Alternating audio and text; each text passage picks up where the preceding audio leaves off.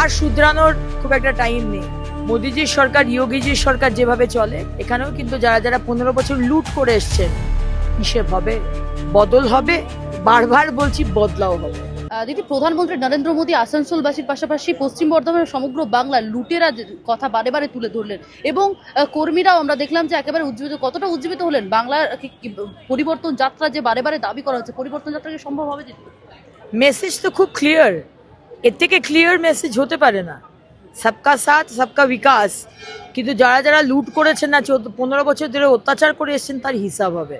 তো এবার স্লোগানটা একটু বদলালো, সবকা সাথ সবকা বিকাশ সবকা হিসাব, খুব ক্লিয়ার। আর শুধরানোর খুব একটা টাইম নেই।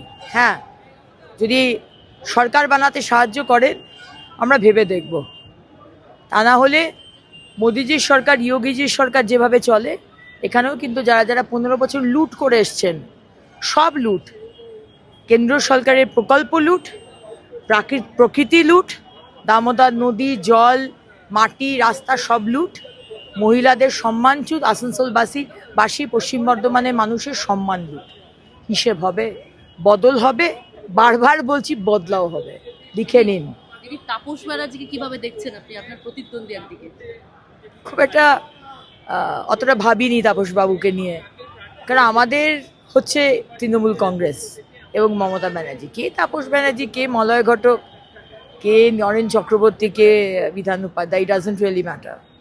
এই দলটা যে 15 বছর ধরে না নীতি না আদর্শ, একের পর এক অত্যাচার এবং মানুষকে ঠকানো, মানে যুব সমাজ, মহিলা, বৃদ্ধ, বাচ্চা, কাউকে বাকি রাখেন, তাদের বিরুদ্ধে লড়াই। আর এই তাপস ব্যানার্জি 10 বছর বিধায়ক ছিলেন, মেয়রও ছিলেন, এডিডিএ চেয়ারম্যানও ছিলেন। আমার মতো বিরোধী বিধায়ক ছিলেন না, সরকারের বিধায়ক ছিলেন।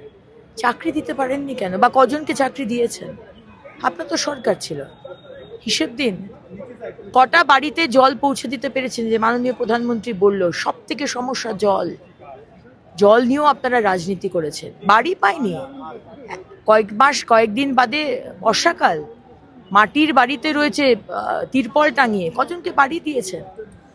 আর সৎ সৎ সৎ বলে হবে না, আমাদের দেখুন কাজের মানুষ চাই, সৎ নিয়ে আমরা ধুয়ে খাবো না। আপনি, আপনার দলের লোকেরা বলছে উনি কোনো কারোর জন্য কাজ করেন না, উনি খুব 11টা অবধি পুজো করেন আর তারপরে নিজের নিয়েই থাকেন।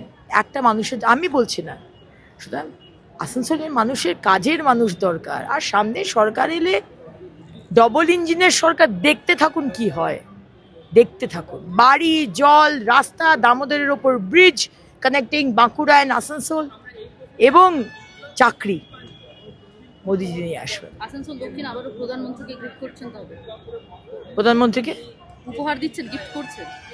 অবশ্যই, অবশ্যই।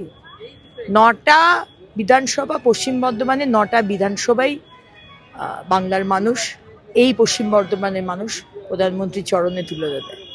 আমাদের ডাবল ইঞ্জিনের সরকার চাই ভাই, আমাদের ওই হিন্দু মুসলমানের রাজনীতি চাই না। অনেক হয়েছে এসব বুড়বক বানানো। সোজা চাকরি দাও, বাড়ি দাও, জল দাও, রাস্তা দাও, নালি পরিষ্কার করো, রাস্তার পাশে লাইট দাও।